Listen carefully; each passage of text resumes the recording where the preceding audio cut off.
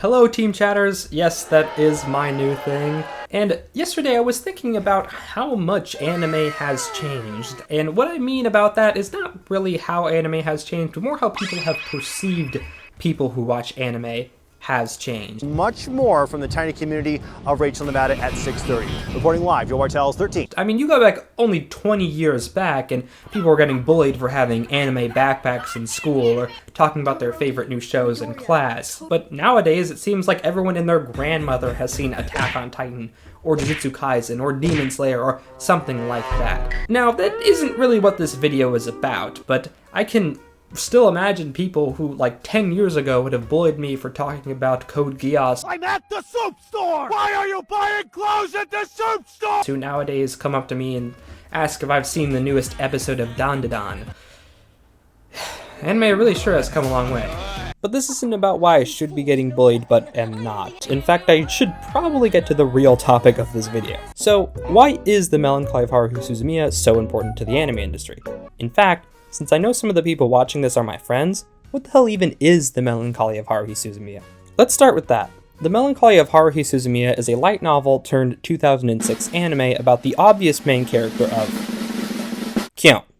Yeah, Haruhi Suzumiya is not technically the main character of the series, although she is the most important one.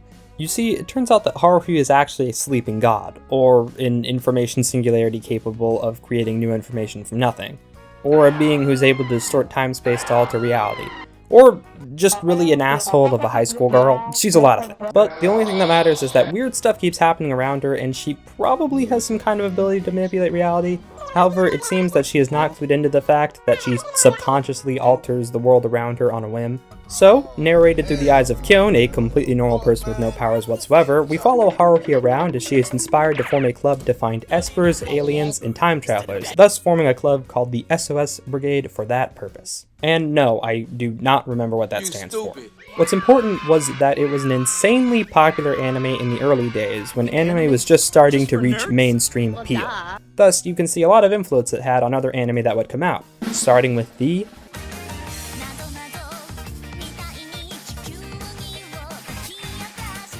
So you know how Haruhi formed a club specifically to look for time travelers, espers, and aliens?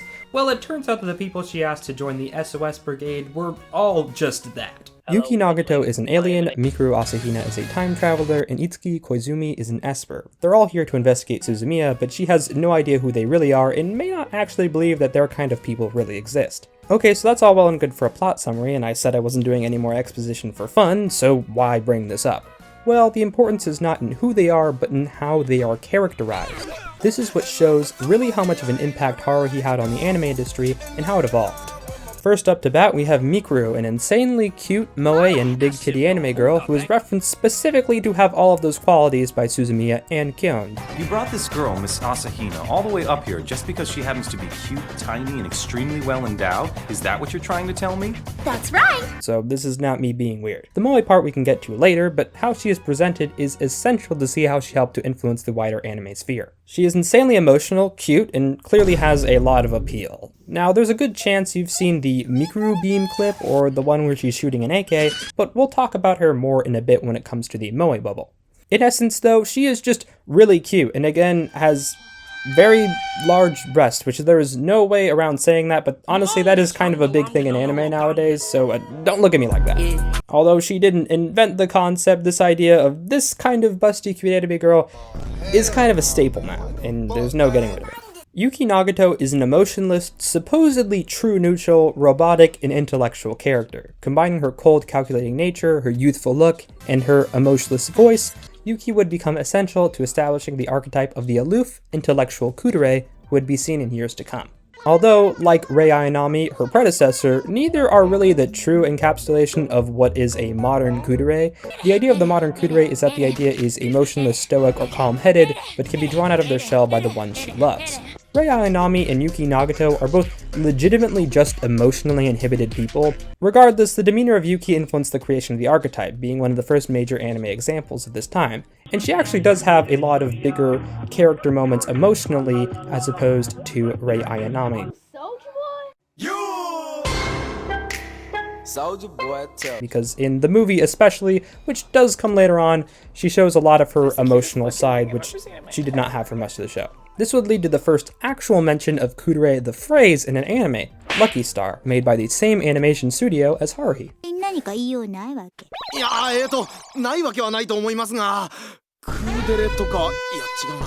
The line in the sand between kudere and just being cold seems a little bit unclear for the internet. I mean, I read online on a CBR article that seems to think that Makima from Chainsaw Man is a kudere.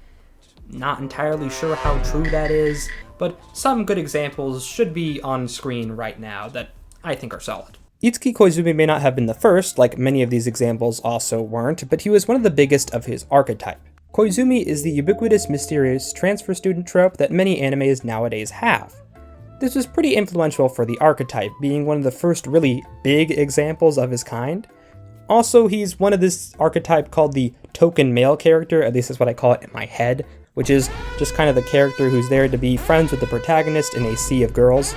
This is more of like a harem anime trope, but you get what I'm saying, right? You know, he's like the one dude. He's a pretty cool, nonchalant character, although I don't like using that word anymore due to what the internet has done to it. And he really helped out cementing that idea of the mysterious, aloof transfer student as a trope, and kind of codified it into anime law. Kyon is one of the most fascinating and possibly greatest main characters of all time, not counting Yapdollar, of course. My favorite game, Baldur's Gate 3. However, getting into all that would be a lot of analysis, so I'm not going to do it. What matters is that Kyon is a semi-sarcastic, back-of-the-classroom window-seating, absolutely normal character. He marks the start of the simple everyman MC because Kyon isn't special. I'm looking at you, literally any isekai protagonist ever. He doesn't have any powers, doesn't have any inborn abilities or skills that make him unique, and he does not even voluntarily get dragged into the plot. Again, I'm looking at you, literally every isekai protagonist ever. This would, somewhat regrettably, pave the way for a lot of light novel, especially isekai, characters in the future.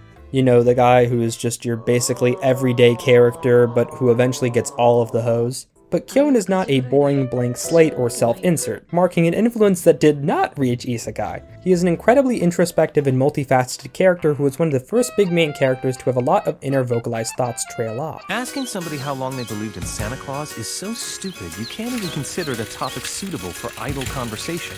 Yeah, an interesting part for me when it comes to Kyon's dialogue is that a lot of it actually just takes place one-sidedly in his head, which is something that was kind of unique for the time. Forget it. Forget it.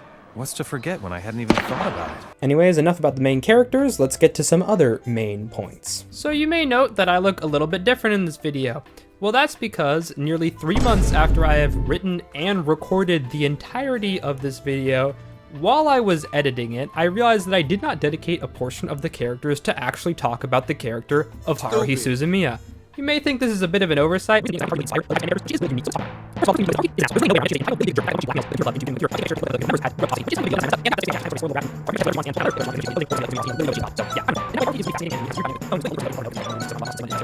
Basically, she's the whole reason for the show existing, and so examining her would be a whole video into itself. Kyoto Animations is now regarded largely as one of the big household names in anime, especially in regards to cutesy or slice-of-life animes, but that was not always the case. Prior to animating Haruhi, Kyoto Ani had only worked on 2 adaptations, marking a strangely surprising early big hitter for the company. After the great success of Haruhi, they would later go on to animate Lucky Star, Clannad, Nichijou, Keion, Love Chunibyo, Kobayashi's Dragon Maid, Free, Sound Euphonium, A Silent Voice, and Violet Evergarden. The thing is, none of these projects would have been taken on by Kyoto Ani if it wasn't for the grand success of Haruhi Suzumiya. Take for example Lucky Star, a foundational anime for early internet-type subcultures, Nichijou, a cult classic comedy anime, and Keion, which is essential for modern-day classics like Bocchi the Rock, which would not have come to be, at least not by Kyoto Ani and to their standard of quality, if it wasn't for their success with Haruhi. Kyoto Animations not only adapted great stories, they made and still do make amazing anime, setting the bar for animation standards of even the smallest scale slice-of-life stories. I mean, just take a look at some of Violet Evergarden, Nichijou, and Kobayashi's Dragon Maid and see the phenomenal standard they set for their successors. In a more fancy way of saying this, Kyoto Ani set a new standard for anime visuals with fluid, detailed animation, particularly in character expressions, and the famously intricate dance sequences. Oh yeah, keep that little bit in mind. This emphasis on quality and character detail became a hallmark of their works and influenced the quality expectations for anime across the industry. And it all started right here with the Melancholy of Haruhi Suzumiya, at least sort of symbolically. As an extension to the other bit, Haruhi was fundamental in making slice-of-life anime what it is today, more than just a slice of life. Hey, it's me from the future again. What I'm here to explain is that when it comes to Haruhi and slice of life, at the time, slice of life as a genre was not very popular in the West, aka where I live, the United States. Think about the stuff that aired on Toonami that was popular, sort of like Yu Yu Hakusho and Dragon Ball. You know, Haruhi didn't have any tournament arcs. It was something that was new, exciting, and that introduced Westerners to a type of anime that they weren't really used to. You know, they were like, they didn't know what a cultural festival was. They didn't know anything about the daily lives of high school boys and girls. You know, there were stuff like Sailor Moon, but Sailor Moon was lame and for girls. Haruhi Suzumiya was like kind of fun and was really popular, even though it, you know, didn't have any tournament arcs. The idea of the high school setting with just a bit of a supernatural twist is a staple of anime, and you could probably just close your eyes and point to a list to find another example really quick. Haruhi was a pretty big name that sort of influenced this idea of the supernatural coming to the mundane, you know, like magic powers and aliens coming to a normal high school. While it's not really the first, like a lot of the stuff I've talked about, it is kind of one of the biggest and one of the most influential of its time. This is the section I was sort of most looking forward to and what kind of served as the catalyst for this video idea, and also doesn't have as much flimsy evidence as the rest of the talking points do, so let's get on into it. You know, you see all of these wacky light novels get turned into anime all the time, and you just sit there wondering, how the hell did this get adapted, but my favorite manga didn't? Well, Haruhi may or may not have had a hand in that. You see, Haruhi was a bit of a big deal because it marked a shift in the anime industry from what they chose to use as source material.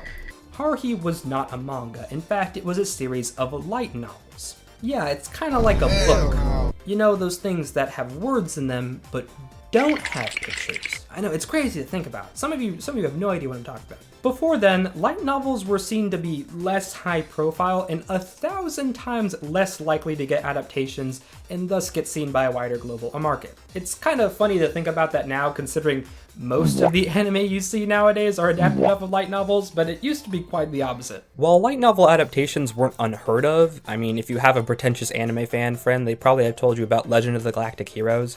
Haruhi was the first modern light novel adaptation. Those early adaptations are kind of their own era of anime and thus kind of their own thing and aren't really reflective of what the modern light novel industry is like today. Or the modern anime industry for that matter, whatever it has become. Haruhi changed that, marking the beginning of a soon significant growth in the modern light novel adaptations. This would eventually then pave the way for what I now consider the grand anime pipeline of notes app to web novel to light novel to manga, maybe, to then anime. Now sidestepping one of the biggest barriers to entry for the anime industry, having to learn how to draw. You no longer needed to master the art of the pen, or pay someone to do it for you. You could submit something you uploaded to what is essentially Wattpad to a publisher and see it on global television a few years down the line. So next time you're sitting down to watch the next season of American Reincarnation, Love Alliance, America was expelled to another world and reincarnated as a blonde-haired girl, along with Japan, and headshots monsters with her gun summon skill. What? That was actually part of the title. The Earth's in danger and you want us to go back? Oh, too late. Die. You have Haruhi to thank. That was a real title I just read. I'm not messing with you. It's not an anime yet, but you know, maybe one day. Oh yeah, that global part is actually pretty important too. Haruhi quickly spread over East Asia, from Japan to China to Korea to East China, and eventually all the way to North America, a widespread success that many people thought was impossible for a light novel, essentially a serialized Japanese book series, to generate. I mean, this thing sold insanely well. For a while it seemed like everything Haruhi touched turned to gold. Figures, apparel, collectibles, art, DVDs, and obviously the books themselves made a surprising amount of money for the time, making it a weirdly profitable series. Haruhi, alongside Evangelion, was one of the first biggest pushes into true otaku culture, the waifu wars. Haruhi was one of the first big animes to not have what marketers call a world-based merchandise marketing model, but in fact a character-based one. You know, how stuff like Star Wars is based off the idea of a world and filling that world with characters that then get flushed out, but Haruhi made a difference by being entirely character-focused in its marketing and presentation. It was Haruhi's face on the cover and title, or it was Yuki's face on the cover and title, or it was Kyon's face, or whoever. You didn't care if the world of Haruhi blew up, all the marketing would show you was the characters. In essence, you weren't compelled to care about the characters of Haruhi because you cared about the world of Haruhi, you were compelled to care about the world of Haruhi because you cared about the characters of Haruhi. For the time, it was kind of huge, and really only something that was pushed by Evangelion. This idea of Haruhiism, the obsession, almost religious devotion to a fictional anime character, was kind of huge. It was a pretty novel idea, and while nowadays it's pretty common to joke about the Redditors, Discord mods, and neckbeards fighting over their favorite underage girl, it wasn't really that big of a thing way back when Haruhi came out. But how? How was Haruhi so successful? How did it tap into that global market? How did it convince the world that a light novel could become a profitable anime? How does it still have so much influence, albeit a little bit debatably? And how am I telling you this right now? Well, it's all thanks to a little thing called...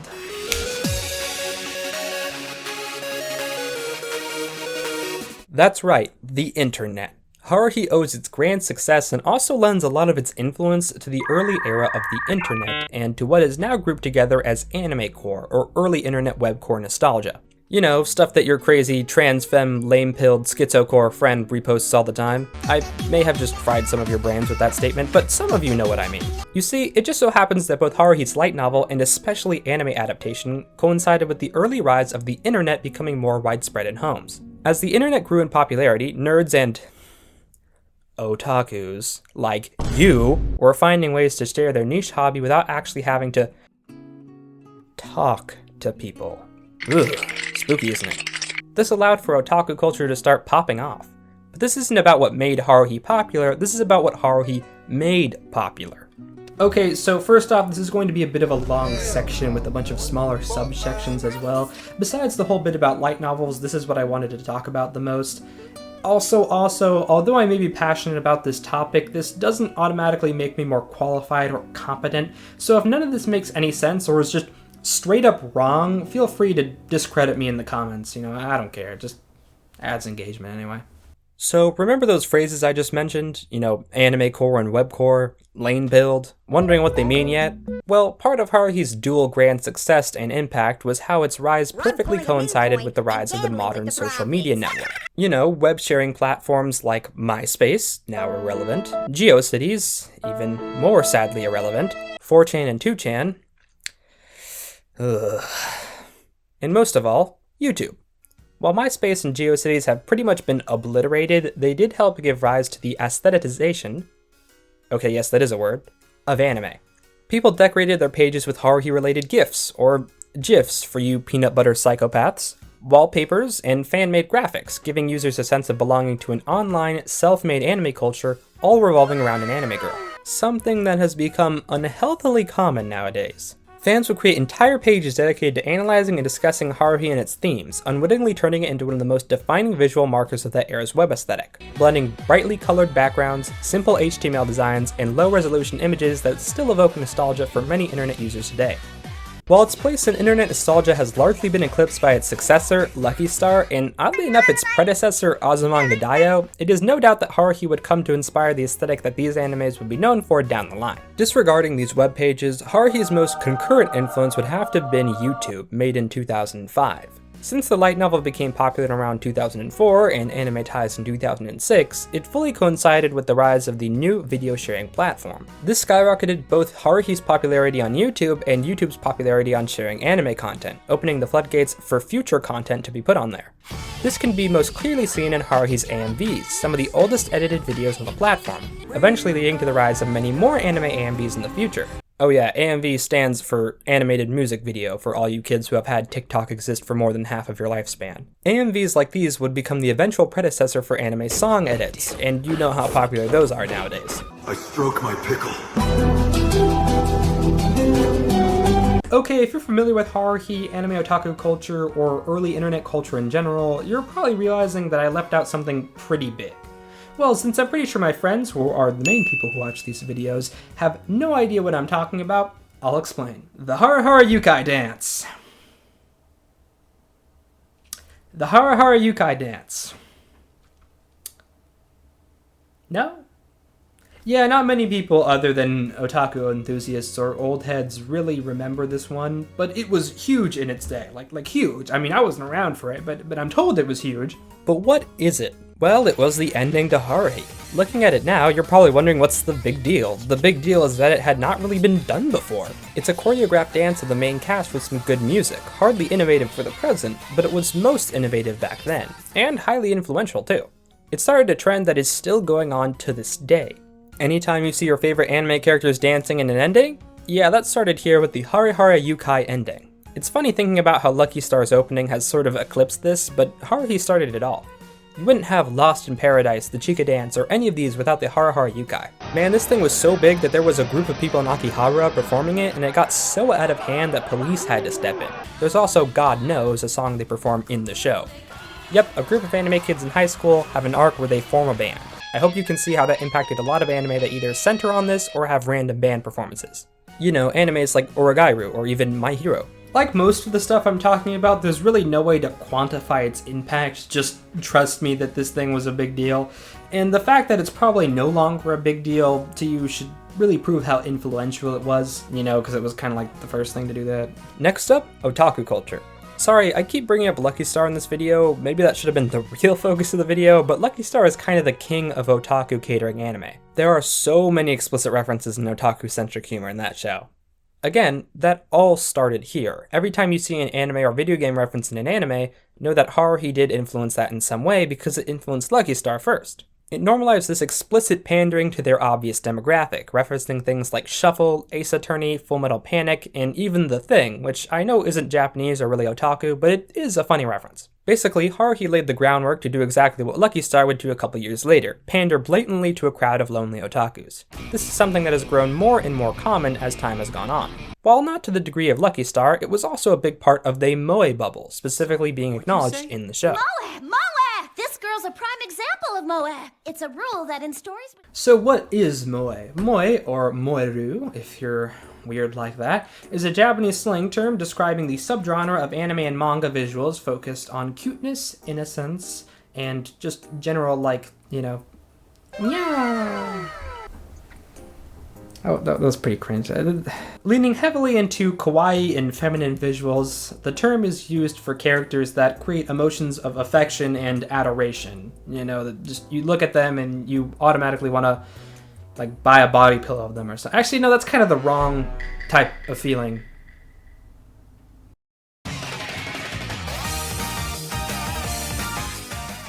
Moe is an idea that has been around on the web since the late 90s. See example. But this era of the 2000s really kicked it into high gear. And Haruhi, for the aforementioned reasons, was a big part of it. Moe is essentially the idea of cute, innocent-looking anime girls that create a feeling of affection or adoration.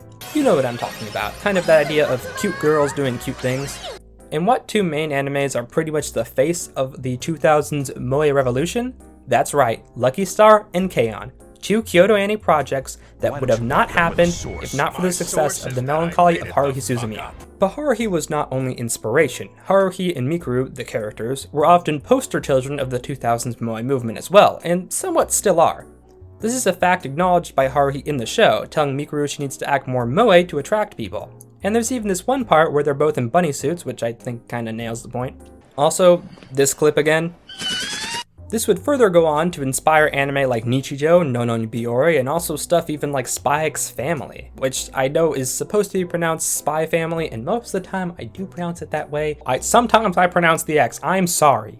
Basically, while Haruhi did not invent moe, it was still a large part of this great iconic push in the 2000s towards the moeification of slice of life and comedy anime as a whole. Although, again, Lucky Star comes in to nab the medal with its out-of-touch Thursday type. First off, a lot of Haruhi just had some scenes that looked really good at the time. This was because of a tactic that Kyoto Anime would use more famously in their future projects of Nichijou and Kobayashi's Dragon Maid. Because super interesting things weren't always happening, they could kinda save the animation effort / budget towards those really big moments. Remember, this is way before your Studio Mappa ever got in the game, and also way before Ufoto's big breakout hit of Fate, so this anime kinda raised the animation bar in some ways. Especially for all those dance scenes. I mean, just look at those moves are clean. Also, due to the nature of both the production of the anime and the story itself, Haruhi was a bit weird and outside the box, influencing more avant-garde styles of making anime. For example, Haruhi's episodes were not actually released in chronological order. It's a kind of strange thing to explain, but the order in which the episodes were broadcasted was not actually the order that they took place. This, along with the very avant-garde and risky nature of the Endless 8 arc, like it or not, Haruhi did blaze a sort of new trail in the anime industry. Oh yeah, and I'm not explaining what that arc is because I know some of you have not watched the show and I want you to suffer through it completely unaware. But if you have watched the show, it definitely made an impact and I would recommend this video talking about it. This, in my opinion, would likely go on to inspire the likes of Baccano, released a year later, and Durarara, and even something like the Monogatari series in its strange experimental nature. Okay, so something that not a lot of people look at and that kinda isn't relevant to this video is the amount of skilled voice actors who voice acted in the dub of Haruhi. Now this isn't really about Haruhi's influence, it might be like a little bit, but it's a big factor in why Haruhi became so popular overseas here in America. You know, the most important country in the world. Unlike what most people tend to think nowadays on the internet, anime dubs in the 2020s are actually pretty good and are a lot better than what we had in the past. Good morning, Jay. Good morning.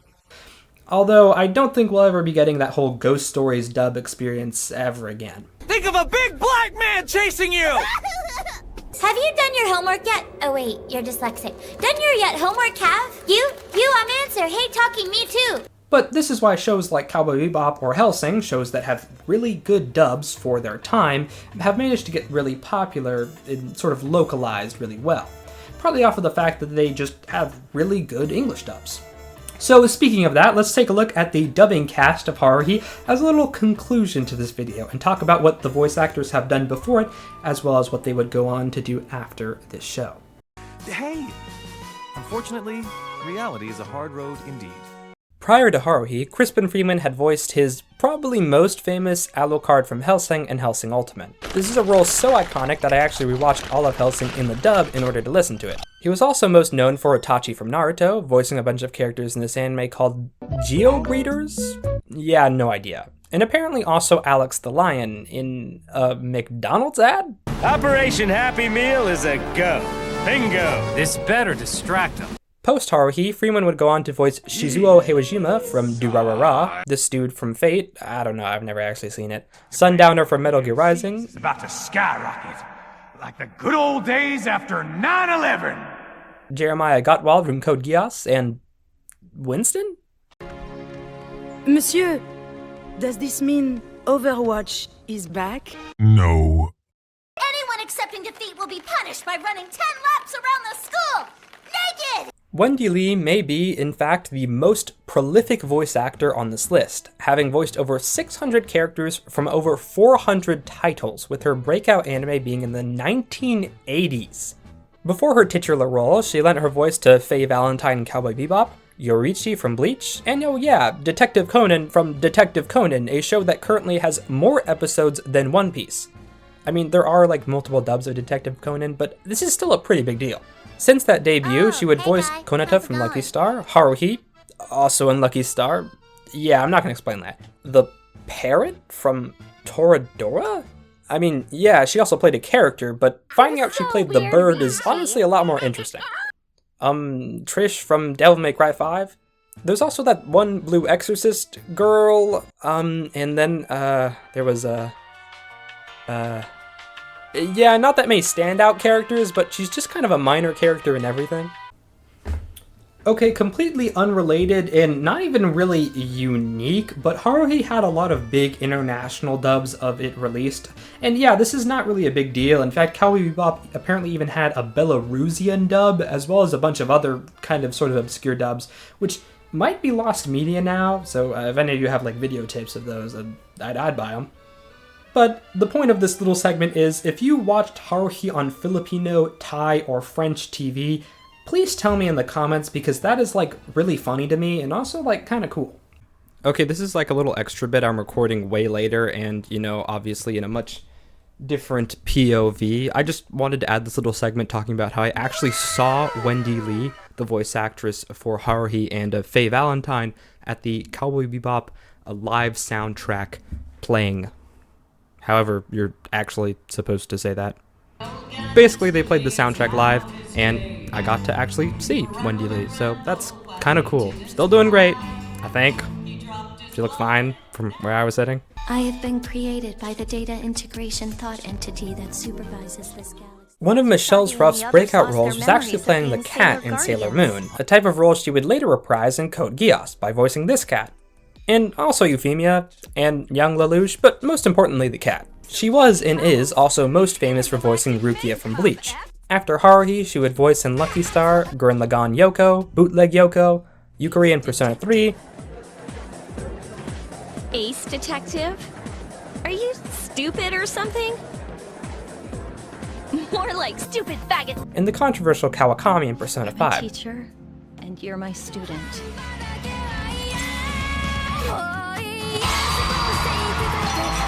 A really beautiful girl. This is another prolific voice actress, being the titular Sailor Moon, Hinata from Naruto, and Orihime from Bleach. After Haruhi, she would voice Yui from K-On!, the cat from Blue Exorcist, which is even more of a coincidence, Julie from Legend of Korra, one of the most interesting characters of that series, Harime from Kill la Kill, and Yui from SAO. And so much more that I don't have time for. Anyway, let's get back to business. I was wondering if you Finally, we have Johnny Young Bosch, a man who needs no introduction, but I need to actually know the right pronunciation of his last name. If you are familiar with anime dubbing at all, you probably know this guy, but I'll give you the hits real quick. He also voiced a cat in Sailor Moon. Weird, but it is so. He was Toji from Evangelion, Vash from Trigun, Ichigo from Bleach, Bo Jiggler Bo Jiggler from Bo Bo Bo Bo Bo Bo. I think I got that right. He would then go on to voice Nero in DMC4/DMC5, Yu from Persona 4, well, not like you, but you, well, actually kind of like you. That frickin' kid from Yokai Watch, which I didn't even realize until now, Yukio from Blue Exorcist, a lot of Blue Exorcist people on this list, and Izaya Orihara from Durarara. Well, I gotta bounce. Thanks a lot for proving just how ugly and immature you are. It's been real. And just so you know, I don't really care about your problems. Hey guys, it's me from the future again. I know what you're thinking, why did he spend the last segment of his video talking about the voice actors? Is this even that important? And first of all, shut up, it's my show, I do whatever I want in here. And second of all, Haruhi stood as sort of a beacon to the rest of the anime industry, at least in America, as to how good dubbing could be. Like, aside from some exceptions like Cowboy Bebop and Trigun, and even Trigun's a little bit iffy, there wasn't a lot of really good solid dubbing at this time, at least not in the modern style, as I like to call it. It really was just a solid dub, but it was also more than that. First of all, it had no weird little translation or localization things that a lot of other anime dubs, even today, have. For example, there's no weird insertion of random American stuff. Hold on, I know. You look like that American guy. You know, like Bill Clinton. There's no jelly-filled donut scene. These donuts are great! Jelly-filled are my favorite! Nothing beats a jelly-filled donut. And Haruhi even talks about moe, a very niche Japanese subculture aesthetic kind of thing, which is a very Japanese thing and wasn't common for people to talk about at the time. At least when it comes to localizing stuff from Japan. And third of all, the show actually preserved a lot of Japanese things for the English audience. Like, there's the whole thing about the Japanese Culture Festival, and then there's the thing about Tanabata. They have a whole episode where they talk about Tanabata, which is a very Japanese holiday. Basically, the dub raised the standard for a lot of other anime dubs, and also just showed a bunch of English-only people what Japanese culture was like. So in the end, was this a good video? I know, not really the conclusion paragraph we were expecting. Imagine if I started trauma dumping at the end of all of my essays. But really, I felt like most of this was more about trailing into what Haruhi was and why it was successful, rather than the impact it had on the anime industry. In fact, a good quarter of this video is kind of me rambling about how Lucky Star did a lot of things, a show that I actually never finished but talk about like I do. I mean, this isn't a peer-reviewed study, this is a YouTube video made by someone with too much time on their hands and too few things to care about. Sure, I guess I did talk about a little bit about Haruhi's impact on the internet, the global market, but was any of it actually good? I mean, I haven't watched the video yet, I don't know.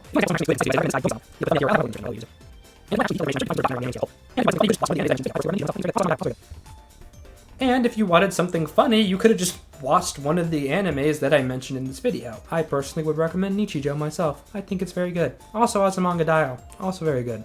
But at the end of the day, all I could hope for is that you enjoyed this video. Maybe you sat in front of the screen, your eyes literally glued to the video, unwilling to take your gaze away for even a second to care about your family or responsibilities. Perhaps you had it on as a second monitor activity, or just on your phone while you did chores like folding laundry, and did it so that not a single thought could enter your mind while you did another activity. Or maybe you actually had a casual, healthy watching experience where you just kind of chuckled a few times and was like, huh, that's kind of interesting. Well, either way, I hoped you like it. And one more little thing, if you like this video, you actually liked the video, made you blow air out your nose or something, or made you go like, huh, I didn't think about that.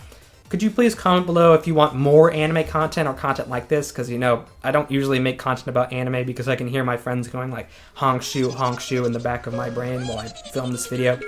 I also hope that if you haven't seen The Melancholy of Haruhi Suzumiya, which I know you guys haven't, I'm talking about you, the people in my friends, have not seen it, I would recommend it. Maybe a little bit lower down the list than other things I've recommended in the past. Hey guys, it's me from an even future-y future. You know how I talked about how Haruhi's big influence on the internet was of AMVs, or I did for a little bit. I wanted to make that section like the whole 30-minute video, but I thought it was kind of boring, so I kind of cut it. Well, the point of this is that I made my own Haruhi AMV in the classic of these old styles of AMV. I'm going to put an example of one of my favorites for a little bit here. Candy pop.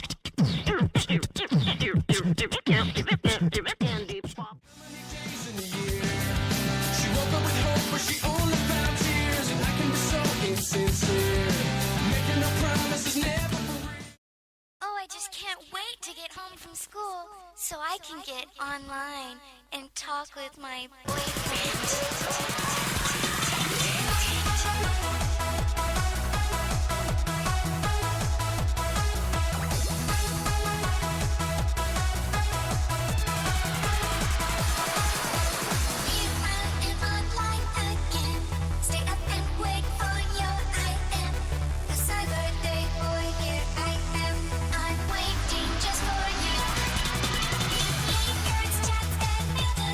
That's right.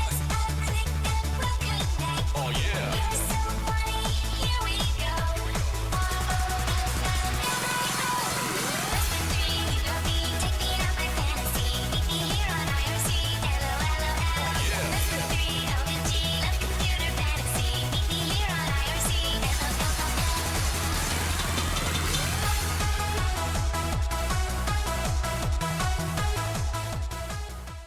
I was gonna make a full 3-4 minute AMV, but I decided that it would make this take even longer than it has already done. So I decided to only include a little snippet of it. I'm sorry, the full AMV though will be posted eventually, and I know y'all hate to hear that word, but eventually. But yeah, it's a good show and stuff like that. So fun fact is that I don't actually script the video portions of this video, so I really have no idea where to actually cut off the video and really put a firm stop to it, and I have no idea where I'm supposed to actually record